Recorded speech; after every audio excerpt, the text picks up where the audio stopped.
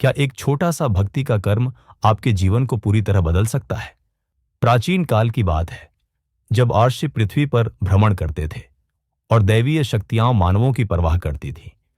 तब मुनि नारद तीनों लोकों की यात्रा कर रहे थे और लोगों के जीवन का अवलोकन कर रहे थे। उन्होंने देखा कि लोग कठिन परिश्रम कर रहे हैं, फिर भी उनका जीवन दुख, संकट और निराशा से भरा हुआ था।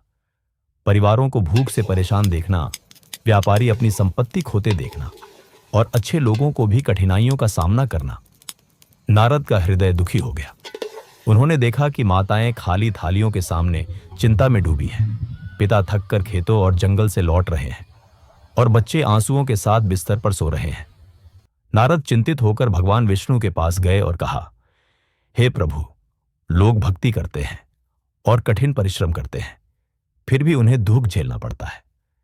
क्या कोई तरीका है जिससे उन्हें शांति और समृद्धि मिल सके? भगवान विष्णु ने मुस्कान के साथ उत्तर दिया, उन्हें सत्यनारायण व्रत करने को कहो। जो इसे हृदय और भक्ति से करेंगे, उन्हें आशीर्वाद, सुख और बाधाओं से मुक्ति प्राप्त होगी। इस मार्गदर्शन से प्रेरित होकर नारद ने व्रत का ज्ञान फैलाया। इस व्रत की बात सुनने वालों में एक गरीब लकड़हारा भी था, जो अपने पत्नी और 2 बच्चों के साथ जंगल के किनारे एक छोटी झोपड़ी में रहता था। हर दिन वह सूर्योदय से पहले उठता, लकड़ियां काटता और उन्हें बेचता।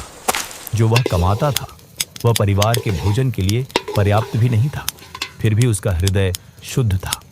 वह हमेशा पड़ोसियों की मदद करता और जो थोड़ा था उसे साझा करता। एक दिन एक ब्राह्मण उसके घर आया और सत्यनारायण व्रत के बारे में बताया।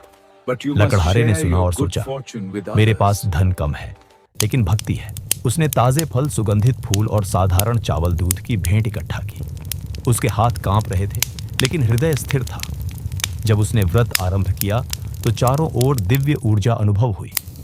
उसने अग्नि जलाई, मंत्रों का उच्चारण किया और भेंट प्रेम और श्रद्धा से अर्पित। लेकिन जल्द ही चुनौतियां आईं। तेज हवा ने भेंट उड़ा दी, अग्नि झिलमिला रही थी और बादल मंडरा रहे थे। मन में संदेह उठा, क्या मैं इस आशीर्वाद के योग्य हूं? फिर भी उसने लगातार मंत्रों का जाप किया। उसकी भक्ति उस हल्की हवा और झिलमिलाती आग से भी अधिक प्रबल थी। तभी झोपड़ी में सुनहरी रोशनी फैली और एक वृद्ध ब्राह्मण प्रकट हुए। स्वयं भगवान विष्णु, तुम्हारी भक्ति सच्ची है, ब्राह्मण ने कहा। सच्ची श्रद्धा और ईमानदारी, चाहे भेंट छोटी हो, आशीर्वाद की कुंजी है। लकड़हारा घुटनों पर गिर पड़ा, आंसुओं के साथ प्रार्थना की। उसी क्षण चमत्कार, खेत हरियाली से भर गए, कर्ज दूर हो गए और घर में खुशियां और समृद्धि छा गई। परिवार के चेहरे अब प्रसन्न और आभारी थे। लकड़हारे ने समझा कि सच्ची भक्ति असाधारण आशीर्वाद ला सकती है। सत्यनारायण व्रत केवल समृद्धि का उपाय नहीं, बल्कि धर्म, सत्य और भक्ति का मार्ग भी है।